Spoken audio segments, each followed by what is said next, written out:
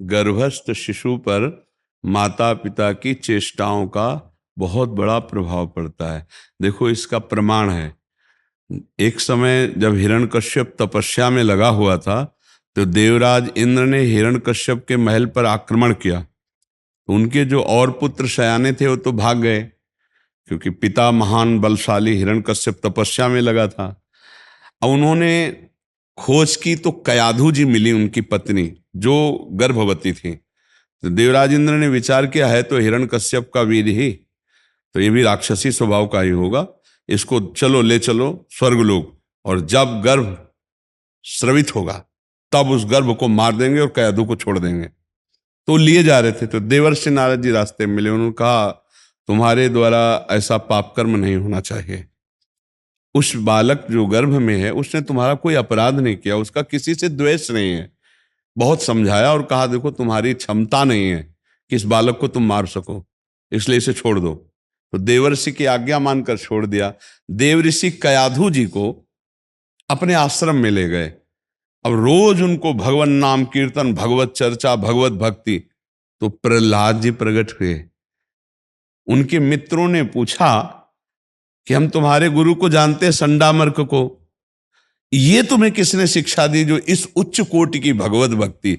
तब उन्होंने बताया कि गर्भ में मैं जब मां के था तो देवर्षि नारद जी ने मुझे शिक्षा दी, उन्हीं के प्रभाव से मेरे हृदय में ऐसी हरि की भक्ति जागृत हुई। दूसरा उदाहरण, गर्भस्थ शिशु अभिमन्यु अपने मां के गर्भ में ही जब वो अर्जुन जी चक्रव्यूह रचना को तोड़ने की क्रिया बता रहे थे तो वही सीखा, और मां शयन कर निद्रा में हो गई सप्तम द्वार भेदने का, तो वो नहीं सीख पाए।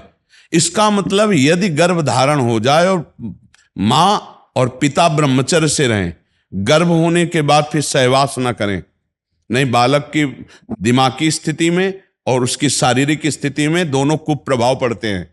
जो गर्भस्थ शिशु के होने पर भी वो सहवास करता है, वो निकृष्ट माता पिता है, वो संस्कारहीन बच्चा पैदा होगा। इसलिए ये जरूर ध्यान रखें, जिस दिन से ये पता चल गया कि पत्नी गर्भवती, उसी समय से माँ को और पिता को दोनों को ब्रह्मचर्य रहना, पति पत्नी को ब्रह्मचर्य रहना चाहिए, और उसका आहार विहार पवित्र हो, और रोज भगवत चर्चा सुनाई जाए, नाम कीर्तन किया जाए माता पिता के द्वारा, तो वो बालक जरूर संस्कारी और भागवतिक होगा, पक्का भागवतिक होगा। ये धर्मशास्त्र के अनुसार और अपने विश्वास के अनुसार हम आपको कह रहे हैं। और यदि गंदे वातावरण, गंदा खान पान, गंदी चेष्टाएं, तो फिर आप देख ही रहे हो कि इतना बड़ा बालक है और वो पूरा का पूरा संसार का हर क्षेत्र में वो ज्ञान है, उसको बुद्धि है, उसके व्यभिचार कैसे किया जाता है, बुद्धि है उसके, मोबाइल से खोल के व्यभिचार कैसे देखा जाता है, और वो बहुत तरह से अपने आप को नष्ट कर रहे हैं बच्चे। इसका प्रभाव संस्कार माता पिता के। तो इसलिए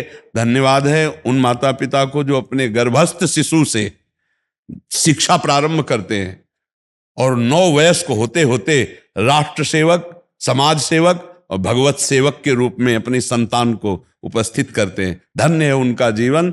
हाँ, सो माता पिता धन्य, उनकी चेष्टाएं धन्य। जहां नाम प्रसंग कहत उपदेश, जाया धर्म धन्य सो देश, धन्य सो कुल जय जन्म भयो, धन्य सो तात, धन्य सो माए। अरे हरि नाम जापक पुत्र पैदा हो जाए, राधा राधा नाम जपने वाला, इससे बड़ा और क्या महान कार्य होगा। क्या गृहस्थी में भक्ति नहीं होती? बहुत जोर की होती है। देखो, अपने जितने संत लोग हैं सब गृहस्थों में पैदा हुए, वो भी तो माता पिता हैं जिन्होंने ऐसे लाल पैदा किए कि रात दिन भगवान के भजन में रहकर सब जगत का मंगल कर रहे हैं। तो हमें चाहिए कि हम अपनी संतान को राष्ट्रभक्त, समाज सेवक और अपनी सेवा करने वाला, अगर आप उनको केवल रजोगुणी शिक्षा ही दोगे, गंदी बातें ही उनके दिमाग में रहेंगी, तो बुढ़ापा आने पर तुम्हें पीट के घर से निकाल देंगे, तुम्हारी भी सेवा नहीं करेंगे, क्योंकि उनको शिक्षा नहीं मिली है। इसमें दोष जो है, माता पिता का गर्भ से लेके 9 वयस्क होने तक माता पिता ही गुरु होते हैं बच्चे के। प्रथम गुरु माता पिता होते हैं।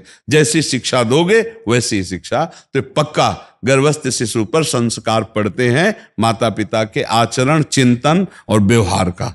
यहाँ तो जैसे आपको बताते हैं, बिल्कुल ऐसा पक्का समझना।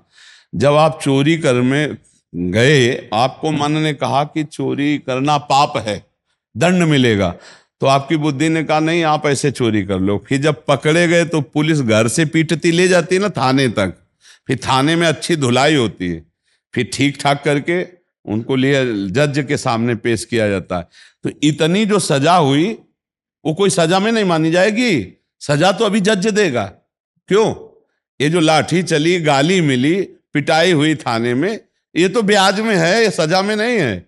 सजा तो वहां जज देगा, अब नहीं, फिर वो सजा भोगो। ऐसे ही ये जो पाप का यहां तुम्हें दिखाई देता है, ये ब्याज है, सजा तो नरक में मिलेगी। इसीलिए यही डर ही डर हरिवंश हित, जिनो भ्रमय गुण सलिल पर, जी नामन मंगल लोक त्यों सुहरि पद भजो न विलंब कर। इसीलिए कहते हैं नाम जप कर लो, गलती सबसे हो जाती है, नाम जब गलती मिटा देगा, पाप को नष्ट कर देगा। और नियम लो कि जिन पापों से हमारा मन मलिन हुआ वो मैं दोबारा कभी पाप नहीं करूंगा, और नाम जप करोगे तो सारे पाप नष्ट हो जाएंगे। सच्ची मानना। देखो जैसे कहते हैं शरीर तो यहीं छूट जाता है, फिर दंड किसको मिलता है? तो शरीर तो स्वप्न में भी यहीं पड़ा सैया में होता है, और जब स्वप्न में थप्पड़ डंडा चलते तो चीख पड़ते हैं लोग, नहीं चीख पड़ते? और ना कोई डंडा होता है ना कोई पिटाई होती है। और बोले क्या है, क्या हुआ? अरे बोले आप स्वप्न देख रहे थे।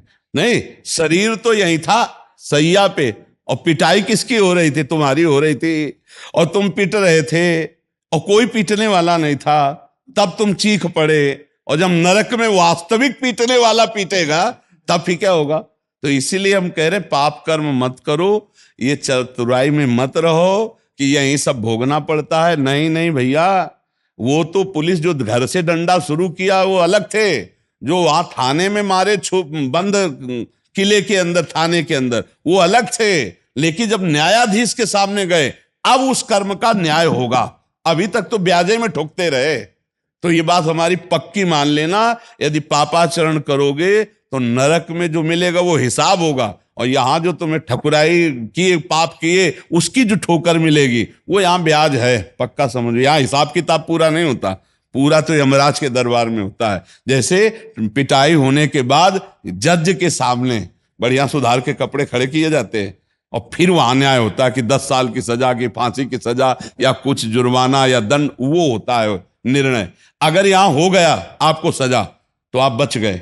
और बहुत से ऐसे कर्म जिनका कोई दंड नहीं मिला, अब वो फल फूल करके नरक हमको भुगवाएंगे। इसीलिए नाम जप कर लो, जिससे नाम संकीर्तनम यस्य सर्व पाप प्रणाशनम, सारे पापों का नाश भगवान का नाम कीर्तन करता है। समझ पा रही सकी? ये भूल में मत रहेला कि शरीर तो यहाँ छूट गया, हिसाब किताब, दंड किसको भोगना पड़ेगा? तुम्हें। जैसे शरीर स्वप्न में सोया हुआ सैया पे बिल्कुल ज्ञान नहीं है, पर स्वप्न में जो हमें दुख सुख मिलता है वो भोगना पड़ता है। जब जगते हैं तब वो झूठा नजर आता है। ऐसे ही एक यातना देह मिलता है नरक का, फिर उसको वहां मरना नहीं होता, वहां भोगना होता है। जो लोग यहाँ दूसरे का मांस खाते हैं ना, भागवत में पढ़ के देख लेना, नोच नोच कर उन्हीं का मांस खवाया जाता है, कोल्हू में पेरा जाता है। मरना तो वहां है नहीं, और ये होगा, पक्का होगा। इसीलिए राधा राधा राधा तो बच जाओगे, बच जाओगे। श्री जी बड़ी करुणामयी है, वो क्षमा कर देगी, बहुत करुणामयी। और हम सबसे गलती होती है, कुछ गलतियां ऐसी हैं जो केवल अपने लोग ही जानते, दूसरा नहीं जानता।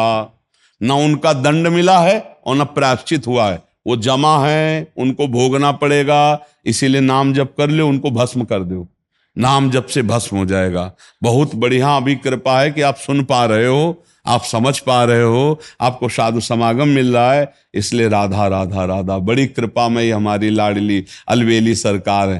देखो पिता से ज्यादा दुलार माँ का होता है, ध्यान रखना। पिता अगर पीट रहा हो तो माँ दौड़ के बचा लेती, नहीं बचा लेती? तो ऐसे ही अनंत माताओं जैसा दुलार हमारी लाडली जी में है। इसीलिए मतलब हमको राधा राधा राधा राधा राधा राधा जब पुकारा तो लालजू भी प्रसन्न और लाडली जो भी प्रसन्न। इसीलिए सर्वसारम वृंदावन वासियों का राधा राधा राधा राधा राधा। हमारे अंदर जो दिव्यता है वो जागृत होगी नाम से। अब अन्य विषयों का भोग होता रहे, मनमानी आचरण होते रहे और नाम जब भी होता रहे तो अनुभव नहीं होगा। धर्म पूर्वक जब भगवत समर्पित विषय प्रसाद रूप हो और कुछ भी अच्छा ना लगे, एक बार हम नाम का स्वाद लेने के लिए अधर्माचरणों पर पूरी की पूरी रोक लगा दें तो कुछ समय में ही नाम का प्रकाश होने लगता है। थोड़ा मतलब साधु संग अनिवार्य है, भजन न होई संग बिनु और भजन बिना नहीं प्रेम। अगर भजनानंदी जनों का संग न हो तो भजन में रुचि मिटाने के लिए माया बहुत हवाएं चलाती रहती है। थोड़ा सत्संग में भजन की रुचि हुई, फिर कुसंग हो गया तो भजन में अरुचि भी हो जाएगी। इसलिए भजन न होई संग बिनु, भजन आनंदी संतों का जरूर सानिध्य। प्राय साधक ये सफल हो जाता है, मन विषयों का आकर्षण करके इंद्रियों में गिरा देता है, तो उत्साहहीन हो जाता है साधक कि अब यार इतना सब करते हुए भी आनंद नहीं हो, हम विषय सेवन कर रहे हैं। अगर संत संग मिला तो फिर नवीन उत्साह होता है और वो विषयों को परास्त करके आगे निकल जाता है। नाम में ही प्रेम छुपा हुआ है। प्रेम मूल यह नाम है, प्रेमी रसिक जपत यह नाम, प्रेम मगन निज बन विश्राम। जितना नाम जप करोगे उतना ही प्रेम जागृत होगा प्रभु के प्रति अपनापन। और जब नाम जप नहीं होता तो शरीर के प्रति अपनापन, शरीर संबंधियों के, शरीर भोगों के प्रति अपना। नाम जपने से बहुत लाभ मिलता है। वो मानसिक ना हो पाए तो उपांशु जपे, उपांशु ना हो पाए तो वाचिक जपे। राधा राधा राधा राधा राधा, कृष्ण कृष्ण कृष्ण कृष्ण कृष्ण कृष्ण। जितना नाम जपेगा उतना ही। नाम का मतलब उसमें कोई फल की कमी नहीं होती कि आप वाचिक जप रहे हैं तो मानसिक वाले को ज्यादा लाभ, ऐसा कुछ नहीं है।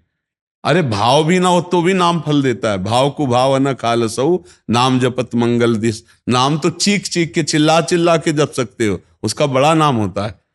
जैसे हम राधा राधा कृष्ण कृष्ण कृष्ण कृष्ण, तो प्रभु के नाम का इतना विशाल प्रभाव कि जितनों के कान में पड़ेगा उतनों के पाप नष्ट करेगा।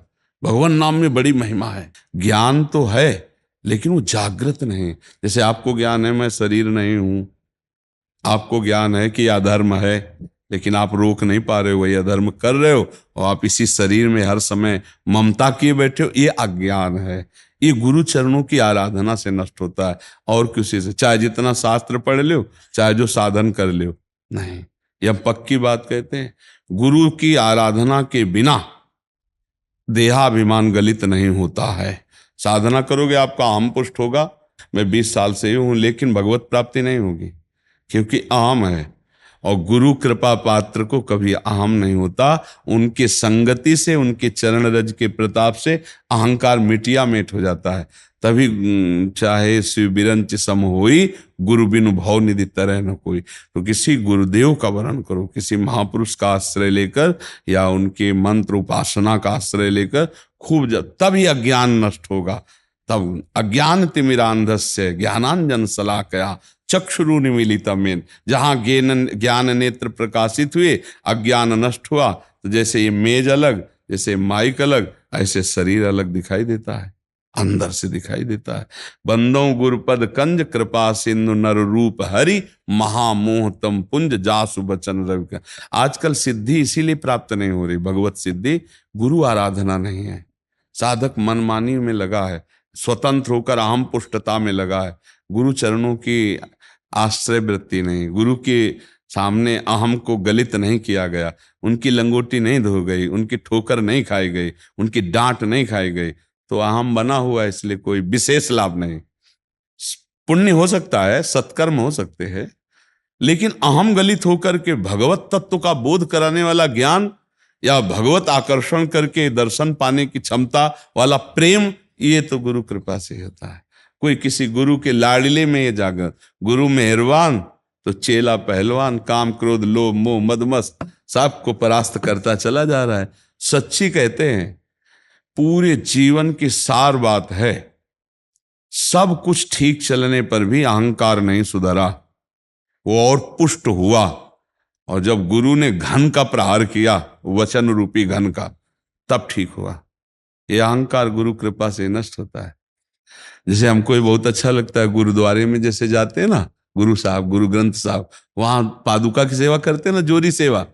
हाँ, ये केवल अहंकार नाश के लिए बहुत बढ़िया उपाय है। सबकी चरण पादुका साफ करके रखें। गुरुद्वारे साहब में ऐसा होता है ना।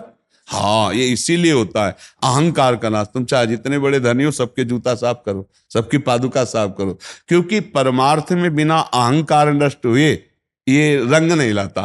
तो साधनाएं तो बहुत होती है, आप देखो ना, बहुत प्रवचन हो रहे हैं, बहुत साधनाएं हो रही, बहुत सब, लेकिन रंग नहीं है, क्योंकि गुरु की कसौटी में कसा नहीं तो रंग नहीं। अहंकार का नाश केवल गुरु कृपा और शुद्ध ज्ञान, जो भगवत मार्ग, वो गुरु कृपा से तो पढ़ने लिखने, किताबी ज्ञान से माया पर विजय प्राप्त नहीं की जा सकती। सब में भगवत भावना करके, पत्नी में भी, पुत्र में भी, परिवार में भी, समाज में, जो भगवत भावना का मतलब होता है जो अपनी इष्ट भावना है वो भावना करके कर्म करें। शरीर से हमारी सेवा बन रही, यहां भी वही प्रभु है, यहां भी वही प्रभु है, यहां वो भी प्रभु है, तो ये योग हो गया। अगर हम भगवत चिंतन करते हुए कर्म करते हैं तो उसे योग कहते हैं। तेसाम सतत युक्ता नाम भजताम प्रीतिपूर्वकम ददामि बुद्धि योगम तम एन मामुपयांति ते। जब हमारा चिंतन भागवती होता, अच्युत भावना होती है और कर्म प्राकृतिक होता है तो वो कर्म योग बन जाता है, क्योंकि हमारा चिंतन भागवतिक है। जब हमारा चिंतन विषय चिंतन होता है और शास्त्र विरुद्ध आचरण, तो कर्म पाप कर्म, निषिद्ध कर्म बन जाता है। जब हमारा चिंतन धर्म होता है और शास्त्र सम्मत, तो शुभ कर्म बन जाता है, लेकिन वो भगवत प्राप्ति लायक नहीं होता। शुभ कर्म भी बाधक होता है, भगवत प्राप्ति लायक होता भगवत चिंतन करते हुए, भगवत प्रसन्नता हेतु कर्म करना और उस कर्म को कर्ता भाव रहित होकर भगवान के चरणों में समर्पित कर देना। कर्म के परिणाम में सम रहना, सुख दुखे समय कृत्वा लाभा लाभो जया जयो, वो कर्म भगवत प्राप्ति करा देगा। और ज्यादा समझ में ना आवे तो राधा राधा राधा राधा राधा राधा राधा राधा इस पर ध्यान दे दो, सब भस्म हो जाएंगे, सब नष्ट हो जाएंगे। नाम संकीर्तनम यस्य सर्वपाप प्रणाशनम। फिर हृदय जहां शुद्ध हुआ तो अपने आप समझ में आ जाएगा। थोड़ा प्रकाश तो हृदय में पहुंचे। नाम जप, नाम कीर्तन बहुत जरूरी किसी भी मार्ग का पथिक हो। अभी पीछे कुछ महीने पहले एक संत भगवान काशी से आए थे, आपकी ही जैसी अवस्था थी, बहुत ईमानदार सच्चे संत थे, ईमानदार साधना के विषय में। उन्होंने अपनी बात खोल के कही, मैं अमुक अमुक सब साधन करता हूं, वेदांत पढ़ता हूं, लेकिन विश्राम नहीं है। तो उनकी कुछ प्रश्न उत्तर होकर जब बातें समझी तो उनका, महाराज जी एक जगह त्रुटि है और इस त्रुटि को ऐसे से ऐसे संभाल लो। उनका हाँ है, उनका इसको संभालिए। और जो इस संभाले तो कल आए थे, हम तो नहीं पहचान पाए, क्योंकि अब ऐसे एक भागवतिक दृष्टि से ऐसे सब देखे, बस ऐसे अपनापन करके जैसे देखना होता तो पहचान बनती है। तो जब उन्होंने कहा कि हमका अच्छा, हमका हाँ ध्यान आ गया। बोले इतना आनंद मुझे है, क्योंकि आनंद कहीं आना नहीं है, आपका स्वरूप ही आनंदमय है। आप अपने स्वरूप को विस्मृत होके अगर जागतिक चिंतन में रुपया पैसा भंडारा नाना प्रकार, फिर ये बाहरी क्रियाएं आनंद नहीं दे सकते। आपका चिंतन कहां है? या तो शून्य हो और या फिर सच्चिंतन हो, दो बातें हो। या तो इतना चिंतन करके अचिंत अवस्था को प्राप्त हो गए तो प्रश्न ही नहीं बनता है, और या फिर संसार के चिंतन से रहित होने के लिए प्रणव दिया जाता है, मंत्र दिया जाता है। कोई भी मार्ग हो मंत्र तो दिया जाता है ना। देखो जल को कहीं भी छोड़ो नीचे ही जाएगा, ऊपर चढ़ाने के लिए यंत्र की आवश्यकता है। ऐसे मना कष्टान इंद्रियाणि प्रकृति स्थान निकल सके, तो इसको ऊपर चढ़ाने के लिए गुरु मंत्र देता है। कोई भी संप्रदाय हो, किसी भी गुरु से मिलो, वो आपको कहेगा ये जपो, ये चिंतन करो, ये महावाक्यार्थ विचारिता, ये चिंतन करो, चिंतन इसमें लगाओ। चिंतन शुद्ध आनंद में मगन हो गए। कुछ न बने कर्म, ये आंतरिक कर्म संभाल लो, चिंतन वाला ये सूक्ष्म शरीर से होता है। अगर चिंतन सही हो गया तो सब सही हो गया। कर्म तो सब लोग कर रहे हैं, लेकिन बहुत से पाप कर्म हो रहे हैं, बहुत से शुभ कर्म हो रहे हैं, तो इनसे आनंद थोड़ी प्राप्त होने वाला है। कर्म योग से आनंद प्राप्त होगा। भगवत चिंतन, नाम चिंतन करो और सबको सुख पहुंचाने की चेष्टा करो।